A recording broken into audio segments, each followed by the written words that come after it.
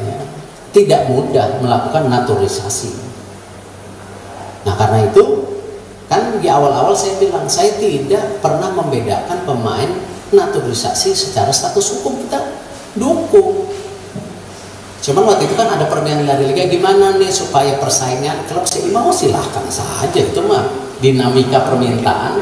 Toh keputusannya kemarin kan tidak, bahwa kita mengakui semua naturalisasi, main di liga, selesai kan. Nah dinamika ini yang memang terjadi di sepak bola, nggak apa-apa. Yang penting kita apa sebagai konsultasi, kita bekerja benar, transparan, dan ada hasilnya. Ini adalah kabar baik ya teman-teman bagi kita semua yang merupakan pecinta dan juga tentunya supporter dari Timnas Indonesia. Karena yang memang kita inginkan agar Timnas Indonesia level permainannya meningkat secara pesat supaya Indonesia bisa bersaing di level Asia. Tentu tidak akan mudah bagi Indonesia untuk bersaing di level Asia, walaupun sekarang kita punya banyak pemain-pemain yang bermain di Eropa. Dan satu hal yang perlu kita pahami teman-teman, ya, tolong dengarkan saya baik-baik. Ya, kalau perlu dicatat, catat saja. Jadi pemain-pemain yang sekarang dipilih oleh federasi dan juga tentunya atas persetujuan Sintayong, ya, yakni pemain-pemain yang bermain di luar negeri ini yang merupakan pemain keturunan Indonesia atau pemain diaspora Indonesia yang dipilih atau diseleksi oleh federasi dan juga Sintayong adalah pemain-pemain yang punya darah Indonesia. Tapi untuk menjadi warga negara Indonesia, maka mereka harus menjalankan yang namanya proses naturalisasi. Ini prosedurnya. Nah, saya masih membaca beberapa berita dan juga akun-akun media sosial yang masih menulis pemain naturalisasi. Padahal prosesnya itu naturalisasi, tetapi mereka adalah tetap pemain keturunan Indonesia yang ingin membela ya timnas tanah leluhurnya. Apalagi Kelvin Verdong yang saya riset dan ternyata benar, ya, saya baca beritanya, ayahnya itu asal Indonesia, kalau nggak salah Melabuh, Aceh ya. Saya pernah ke Melabuh tuh tahun 2011 ya, ada urusan di sana. Tapi cuma 2 atau 3 malam. Saya pernah ke sana. Dan ayahnya tuh asal Aceh. Kemudian kalau nggak salah kakek dan neneknya juga lahir di Indonesia. Ya artinya apa salahnya kalau dia sekarang ingin membela timnas Indonesia, dan dia adalah pemain yang berkualitas. Bahkan saya baru tahu Sintayong juga pernah melihat permainan dia secara langsung. Artinya ya memang Sintayong juga nggak ngasal memilih pemain-pemain keturunan Indonesia. So ketika memang pemain-pemain keturunan Indonesia menjalani proses naturalisasi untuk menjadi warga negara Indonesia dan membela timnas Indonesia dan bermain habis-habisan, mati-matian di atas lapangan, apa salahnya dari mereka? Kenapa kita harus bertentangan dengan mereka? Kenapa? Karena para pemain yang bermain di liga domestik akan sulit masuk. Kata siapa? Apa buktinya? Semua mendapatkan kesempatan yang sama. Betul kan? Itulah yang dilakukan Sintayong demi kemajuan timnas Indonesia. Kalau kamu lihat komposisi pemain timnas saat ini gimana? Sekarang terlalu banyak naturalisasi sih. Terlalu banyak naturalisasi. Terlalu banyak naturalisasi. Dan menurut kamu ini nggak sehat? Bukan nggak sehat sih. Cuma kesian kita adakan kompetisi di dalam negeri, gunanya untuk apa? Ya. Jadi menurut kamu Liga 1 masih bisa jadi kawah candra di muka untuk mencari pemain timnas ya? Liga 1 itu yang harus diutamakan dengan ya? Liga 2. Banyak sekali pemain-pemain di Indonesia yang sangat potensial. Nah sekarang siapa yang kira-kira usulan kamu nih, pemain-pemain yang dong Sintayong nih, coba pemain ini gitu.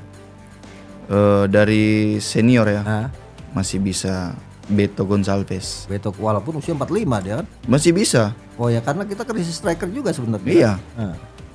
Beto Gonçalves kamu masih Beto bisa. masih bisa. Kakak Ruben Sanadi masih Ruben bisa. Sanadi. Nah, harusnya lebih banyak pemain-pemain yang berkarya di Liga 1 ikut dipanggil. Iya. Tapi kan pelatihnya bilang Liga 1 nggak bagus. Suruh dia main aja di Liga 1. Kalau dia bilang Liga 1 nggak bagus. First thing first, Bung Toel, apa yang akan Bung Toel lakukan kalau Bung Toel menjadi ST? Nggak nyesel nih pertanyaan ini. Ini hanya arahan. Kalau saya hanya mengikuti arahan.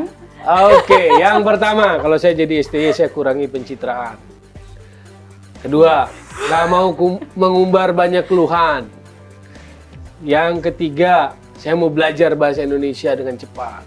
Belajar bahasa Indonesia Iya dengan dong, cepat. karena seingat saya mantan-mantan pemain asing di liga kita, mau yang dari Latin maupun dari Afrika, itu 1 tahun itu udah lumayan fasih. Oke. Jadi nggak perlu nunggu 4 tahun masih pakai menerjemah gitu loh. Supaya apa? Komunikasi lancar. Saya mau lebih humble, nonton pertandingan Liga 1 ke stadion-stadion. Oke. Komunikasi dengan klub, komunikasi dengan para pelatih klub. Supaya kita jangan, atau kita sebagai pelatih bisa mengangkat kualitas domestik. Betul bahwa kompetisinya belum ideal, belum di level tinggi, tapi saya yakin yang namanya potensi pasti ada. Marcelino pernah muncul dari kompetisi Liga 1, Rizky Ridho, Witan, Yakob Sayuri. Jadi sebetulnya Pratama Arhan juga termasuk. Jadi kompetisi kita sebetulnya ada potensi-potensi bakat. Nah, kita mau nggak explore sebagai pelatih. Jadi tidak hanya mengendalikan satu sisi aspek bagian naturalisasi. The point is adalah gue yakin kalian maupun gue nggak ada masalah beli jersey mahal asal worth it. Kalau lu charge yang replika 600.000 seperti yang gue tag di Brocode, kualitasnya kayak begitu, logonya kayak ditempel, ya kita kritik. Cuman kenapa desainer ngamuk-ngamuk? Kan lucu itu. Ini juga UMKM seperti Mills, seperti kita dukung semua kok, semua yang UMKM. Tapi caranya tidak pernah gue kritik Mills atau Spek atau brand lain dikritik kembali seperti desainernya Airspo, oke? Dan yang lebih parah lagi, dia udah go personal. Dia menyerang gue secara pribadi, sementara gue menyerang produknya. Biar netizen yang menilai. Sebelum lebih lanjut, jangan lupa klik tombol jempolnya, karena jempol kalian adalah bukti kalian cinta Timnas Indonesia.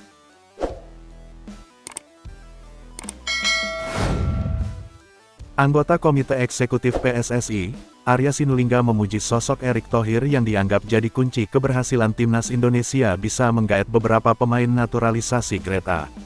Seperti diketahui, PSSI sejak era kepengurusan Erick Thohir memang cukup gencar melakukan program naturalisasi buat Timnas Indonesia. Teranyar, Timnas Indonesia kedatangan 4 pemain keturunan Eropa baru saat menghadapi Vietnam di kualifikasi Piala Dunia 2026 kemarin. Mereka adalah Ragnar Oratmangun, Tom Haye, Jay Izes dan Nathan Chuaon. Tak hanya sekedar naturalisasi biasa, para pemain keturunan yang tersebut terbilang punya level top di kawasan Eropa. Terbukti, 4 pemain naturalisasi anyar Timnas Indonesia kemarin berhasil tampil memukau dan membantu Garuda raih kemenangan beruntun atas Vietnam. Mulai dari Ragnar Oratmangun yang cetak gol debut, Tom Haye dan Nathan Chuaon yang berikan assist serta Jay Izes yang sukses sabat pemain terbaik. Menanggapi keberhasilan Timnas Indonesia mendapat pemain-pemain keturunan Greta, Arya yang juga merupakan staf khusus Menteri BUMN itu kemudian menjelaskan bahwa Erick Thohir memiliki peran yang sangat besar. Ketum PSSI tersebut dianggap mampu meyakinkan agar para pemain keturunan mau berpindah kewarganegaraan menjadi WNI.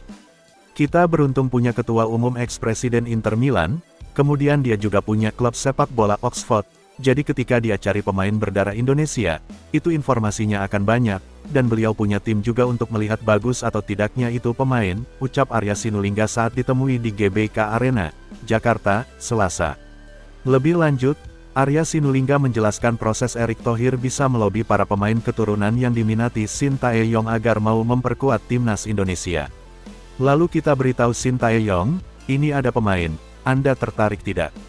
Sepanjang yang diusulkan Pak Erick, STY tidak menolak juga karena bagus-bagus. Kemudian Pak Erick akan bicara 4 mata dengan pemain, lewat video call biasanya, dia akan diskusi dan akan paparkan kepada si pemain, visi misi Timnas dan target Timnas, dan bagaimana mereka akan diberi ruang untuk bermain, pungkas Arya. Meski sudah mendapat banyak pemain keturunan, namun PSSI mengindikasikan jika Timnas Indonesia akan kembali mendapat pemain naturalisasi baru jelang pertandingan menghadapi Irak di lanjutan kualifikasi Piala Dunia 2026 bulan Juni mendatang. Masyarakat Malaysia ledek Timnas Indonesia U23 yang debut di Piala Asia U23 2024. Momongnya kayak sudah 10 kali ikut. Masyarakat Malaysia dengan akun TikTok @bonjer09, meledek Timnas Indonesia U23 yang debut di Piala Asia U23 2024. Akun ini mengatakan, Target yang dicanangkan Timnas Indonesia U23 di Piala Asia U23 2024 sangatlah tinggi meski berstatus debutan. Semenjak Piala Asia U23 pertama kali diadakan pada 2013, skuad Garuda Muda julukan Timnas Indonesia U23 tak pernah lolos ke putaran final pada 5 edisi awal. Di saat bersamaan, tim-tim teras Asia Tenggara konsisten lolos ke putaran final. Thailand dan Vietnam tercatat 5 kali tampil di putaran final Piala Asia U23. Prestasi terbaik Thailand adalah menembus perempat final Piala Asia U23 2020. Sementara Vietnam lebih gila, yakni menembus final Piala Asia U23 2018. Bagaimana dengan Malaysia? Skuad Harimau Muda sudah 3 kali mentas di putaran final. Prestasi terbaik Malaysia adalah lolos ke perempat final Piala Asia U23 2018. Karena itu, secara pengalaman, Timnas Indonesia U23 berada di bawah Vietnam, Thailand dan Malaysia. Namun, skuad asuhan Shin Tae-yong memasang target tinggi di Piala Asia U23 2024. Di target awal, PSSI mendorong Timnas Indonesia U23 untuk lolos ke perempat final Piala Asia U23 2024. Hal itu berarti, Timnas Indonesia U23 wajib finish 2 besar saat satu grup dengan tuan rumah Qatar, Yordania dan Australia. Namun, kabar terbaru, PSSI meminta Timnas Indonesia U23 lolos ke semifinal Piala Asia U23 2024. Dengan lolos ke semifinal, skuad Garuda Muda selangkah lagi lolos ke Olimpiade Paris 2024. Sekadar diketahui, peringkat 1, 2 dan 3 Piala Asia U23 2024 lolos otomatis ke Olimpiade Paris 2024. Optimisme Timnas Indonesia U23 inilah yang diledek netizen Malaysia. Oh situ, Indonesia, baru pertama kali ikut AFC Asian Cup Wakakak. Ngomongnya kayak sudah 10 kali ikut AFC U23 Asian Cup aja, tulis akun @bonjer09. Buntut konflik dengan Hernanda dan Coach Justin, Erspo bakal rombak jersey Timnas Indonesia. Setelah menghadapi kritik dan kontroversi yang tersebar luas, kabarnya jersey Timnas Indonesia yang dirancang oleh Erspo akan diperbarui pada Agustus-September tahun 2024 mendatang. Berita ini disampaikan oleh Justinus Laksana atau yang kerap disapa Coach Justin melalui saluran YouTube pribadinya pada hari Senin. Justin mengadakan pertemuan dengan perwakilan dari PSSI, yaitu Marsal Masita, Head of Marketing, dan pemilik Erspo, Muhammad Sadat. Pertemuan tersebut dimanfaatkan Justin untuk menyampaikan keluhan mengenai jersey Timnas Indonesia terbaru. Dalam pertemuan tersebut, disepakati bahwa Erspo akan mengganti jersey Timnas Indonesia pada rentang waktu Agustus-September tahun 2024. Ketika ditanya mengenai apa saja keluhan dan solusinya, Justin menjelaskan 4 permasalahan secara rinci pada Marsal Masita dan Muhammad Sadat, yaitu mengubah desain, mengganti bahan, mengganti logo, dan menurunkan harga dari harga saat ini. 1. Desainnya harus ditarik, harus diganti. Diiyakan oleh Erspo. Kedua, bahan harus bagus, diiyakan. Ketiga, logo harus dirombak, diiyakan. Keempat, harga harus turun, diiyakan, papar Justin. Erspo juga menjanjikan perombakan yang lebih baik untuk jersey Timnas Indonesia dalam kurun waktu April hingga Agustus tahun 2024. Jadi itu semua, dari sekarang April sampai Agustus akan dirombak. Semua biar kita mendapatkan jersey Timnas yang bisa kita banggakan, lanjutnya.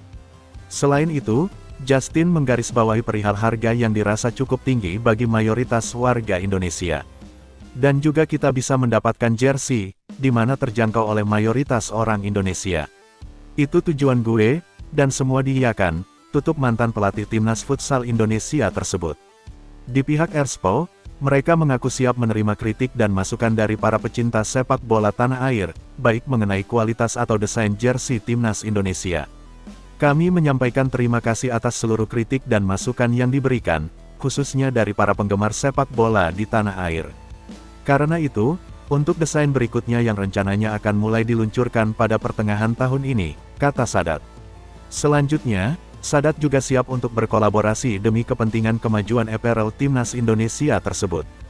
Erspo siap menjalin kolaborasi dengan berbagai pemangku kepentingan sepak bola agar apparel resmi Timnas Indonesia semakin baik dan terus menjadi kebanggaan kita semua, tambahnya.